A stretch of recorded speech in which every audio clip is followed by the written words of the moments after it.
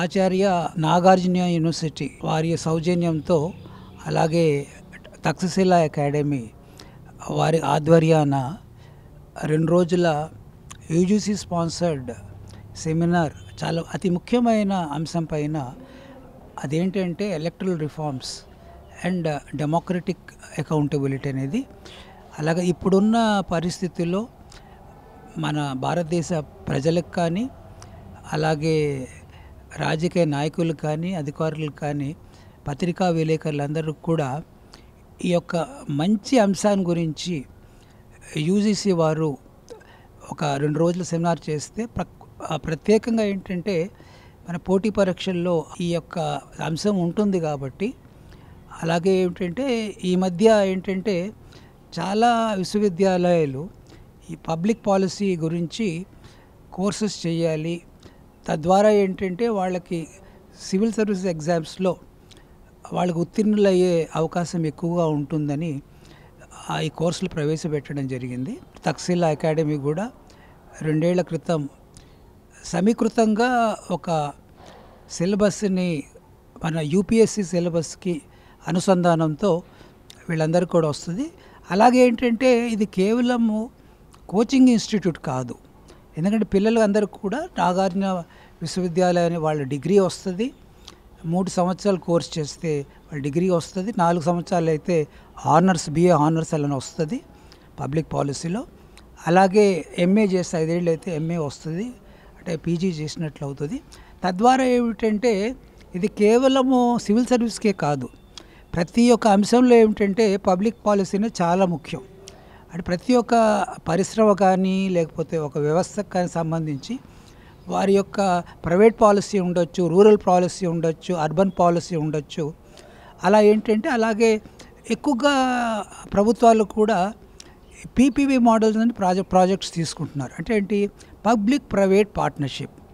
వాటికి ఏమవుతుందంటే ఇండస్ట్రీలో వాళ్ళ యొక్క పాలసీ వేరేగా ఉంటుంది, అంటే వాళ్ళు దాన్ని కార్పొరేట్ పాలసీ అంటారు. కానీ పబ్లిక్ పాలసీ అంటే ప్రభుత్వాలు ఒక చట్ట ప్రకారం నిర్ణయం తీసుకునే పాలసీ అన్నిటిని కూడా పబ్లిక్ పాలసీ అంటారు.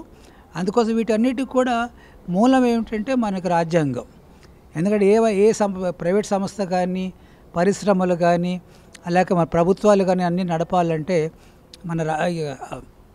మనకున్న కాన్స్టిట్యూషన్ ఆఫ్ ఇండియా మూల ప్రధానం. అక్కడ జడ్జిలు కానీ, సుప్రీంకోర్టు కానీ, కోర్టులు కానీ, అలాగే ఆఫీసర్లు కానీ, అలాగే పొలిటికల్గా ఉన్న ఎగ్జిక్యూటివ్ కానీ, లేకపోతే లెజిస్లేటివ్లో ఉన్న వాళ్ళందరూ కూడా ఏంటంటే నిర్ణయాలు తీసుకోవాలంటే ఒక మంచిగా ఒక పాలసీ, అలాగే ప్రజల యొక్క సంబంధించి వాళ్ళ యొక్క అవసరాలు, అలాగే అనేక అభివృద్ధి సంక్షేమ పథకాలు తీసుకోవడానికి ఇటువంటి పాలసీ అత్యవసరం.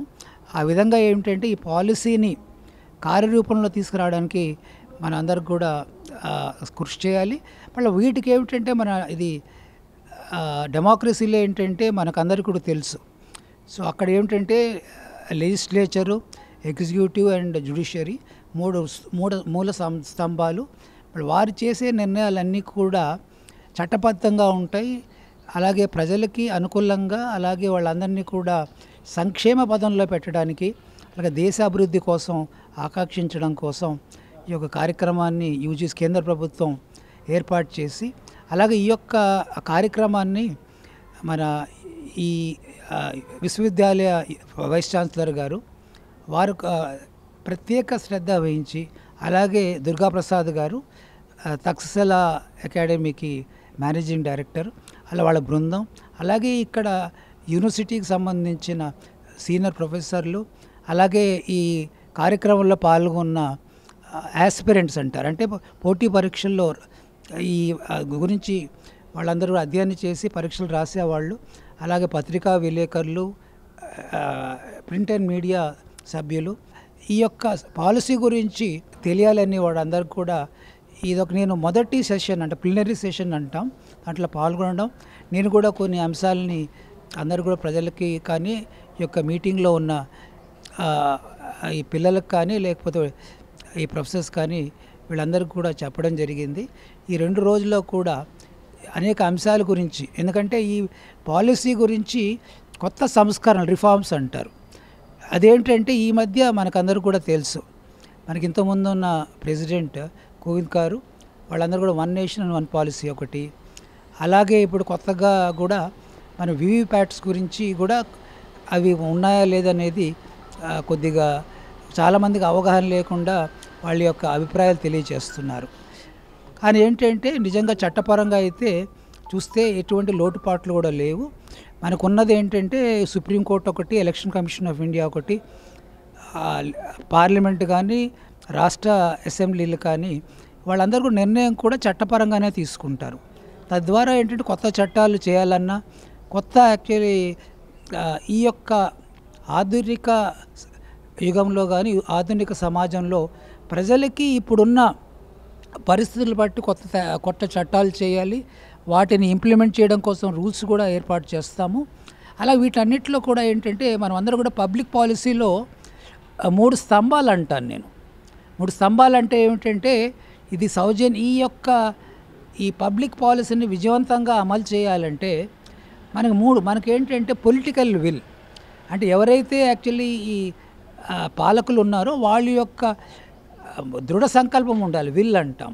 రెండోది ఏంటంటే ఎగ్జిక్యూటివ్స్ పార్టిసిపేషన్, ఆఫీసర్స్ కూడా అంకిత భావంతో చిత్తశుద్ధితో అమలు చేసినప్పుడు ఇది అవుతుంది. అలాగే ఏమిటంటే స్టేక్ హోల్డర్స్ పార్టిసిపేషన్ అంటాం. ఎవరి కోసమైతే ఇటువంటి పథకాలు మరి రూపకల్పన చేశారో, ఎవరికి ఉద్దేశించి ఇవి చేశారో అటువంటి పథకాలని కూడా అమలు చేయాలంటే వారి యొక్క సౌజన్యం కూడా కావాలి. ఈ 3 కలిస్తేనే కానీ ఈ పబ్లిక్ పాలసీకి సంబంధించిన కార్యక్రమాలు విజయవంతం చేయడం కష్టం.